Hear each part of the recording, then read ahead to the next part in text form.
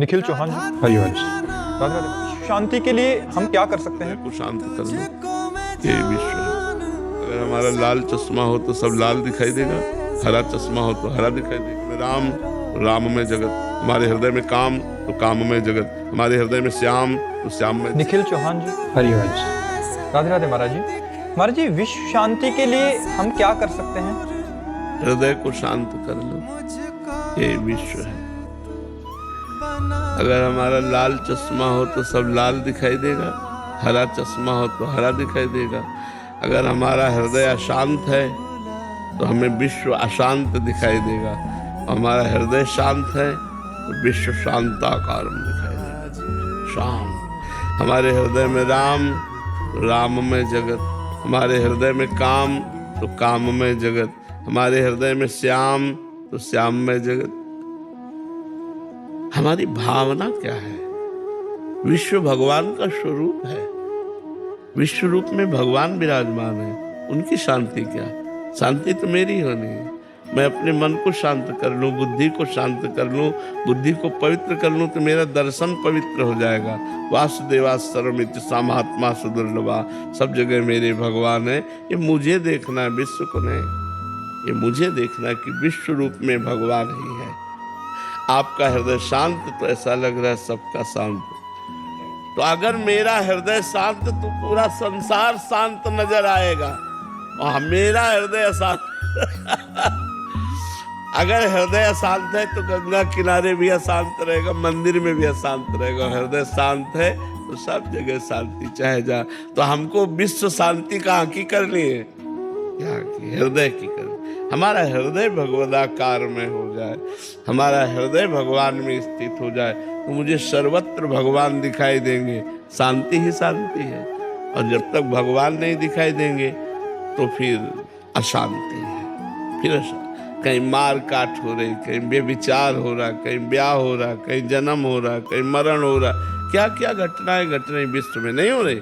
बड़ी दर्दनाक, बड़ी भयावह, बड़ी सुखद, बड़ी दुखद। ये शांत नहीं हो सकता। बड़े बड़े अवतार हुए, क्या विश्व शांत हुआ? शांत हमारा हृदय होना, विश्व को नहीं शांत होना। हमारा हृदय शांत है तो विश्व शांति हो गई। मैं आनंदित हूं तो सारा संसार आनंदित है।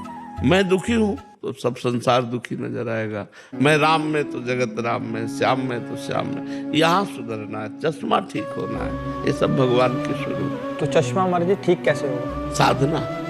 गुरु चरणों का आश्रय लेकर जब हम साधना करते हैं तो हमारी दृष्टि बदल जाती है। देखो, हमारी दृष्टि स्त्री पुरुष वाली है।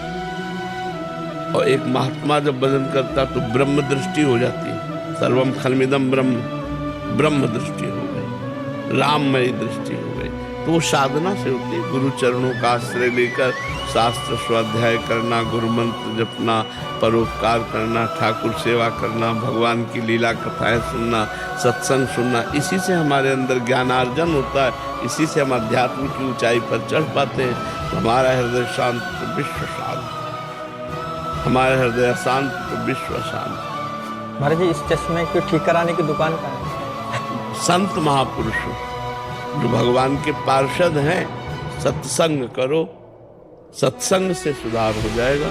यदि सच्चे संतों का संग हो बहुत जल्दी भगवान की कृपा प्राप्त होती है। बहुत जल्दी परमार्थ दिखाई देने लगता है। पर समस्या ये, पीछे वाले भी बैच में कहा कि आज सबके दिमागों में रुपया नाच रहा है। रुपया नाच रहा है। अध्यात्म या भगवान लक्ष्य नहीं है, लक्ष्य रुपया हो रहा है। सबके दिमाग में रुपया चल रहा है। जब दिमाग में रुपया चल रहा है तो भगवान की प्राप्ति की बात कहाँ आएगी? आप सोच के देखो। इतने ही लोग बैठे, अपने इतने लोग बैठे, इतने लोगों के दिमाग में क्या चल रहा है? वही भोग, वही रुपया, वही परिवार, वही रिश्ते नाते। कहीं भगवान तो नहीं चल रहे ना कि अब जीवन का लक्ष्य भगवान है, मुझे भगवत प्राप्ति करनी। ये तभी चलेगा जब सत्संग सुनोगे। अगर रोज साधु संग करो तो देखो आपकी उन्नति हो जाएगी, आपका परमार्थ पुष्ट हो जाएगा। सत्संग अगर हमें मिल जाए तो हमारे जीवन का परिवर्तन हो जाए। बस सही सत्संग मिल जाए। अगर सही सत्संग नहीं तो बदलाव नहीं हो सकता आपका, आप में बदलाव नहीं होगा। बदलाव होगा जब प्रवचन करने वाला बदला हुआ है। तो अगर प्रवचन करने वाला अध्यात्मवान है, ये वेश अध्यात्म थोड़ी है। अध्यात्म तो हृदय का विषय होता है, वेश अध्यात्म नहीं है। अंदर विषय वासना मान प्रतिष्ठा रुपया पैसा तो पाखंड ही तो है, वही उसी को पाखंडी कहते हैं। तो अंदर अध्यात्म हो, वो जब हम बोलेंगे तो आपके ऊपर प्रभाव पड़ेगा, गंभीरता आएगी। आज से कभी नहीं करूंगा, ऐसी बातें आएंगी, मन जलने लगेगा, अच्छे मार्ग में चलने लगेगा। इसीलिए संतों की महिमा भगवान ने स्वयं श्री मुख से गान की है, भागवत में, रामायण में। पर संत संग मिलना बड़ा कठिन है। अगर संत संग मिल गया तो अमोघश्च, निश्चित भगवत प्राप्ति हो जाएगी, निश्चित कल्याण हो जाएगा।